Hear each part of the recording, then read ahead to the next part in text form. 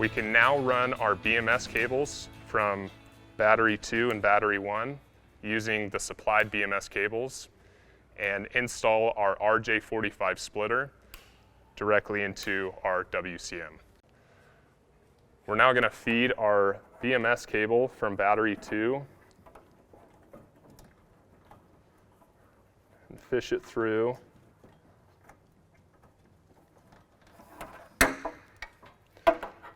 And with this connection, you can place the BMS connector on top of the terminal.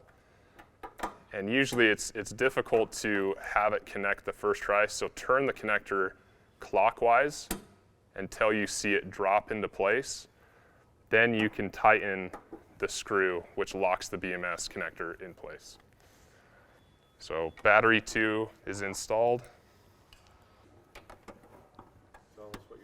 Yep. So installing battery cable number 1 and turning the connector clockwise until it falls into place, and then locking it down with the screw. I will now take my RJ45 splitter and locate the WCM here.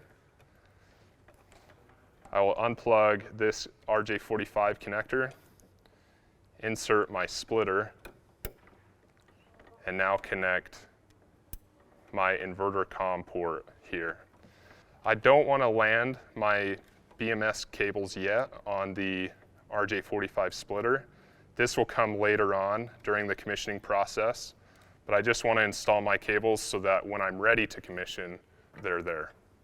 And that's it for the low voltage DC wiring. Again, we've installed our bus bars, our battery cables, and our BMS cables, and we can move on to our communication wiring.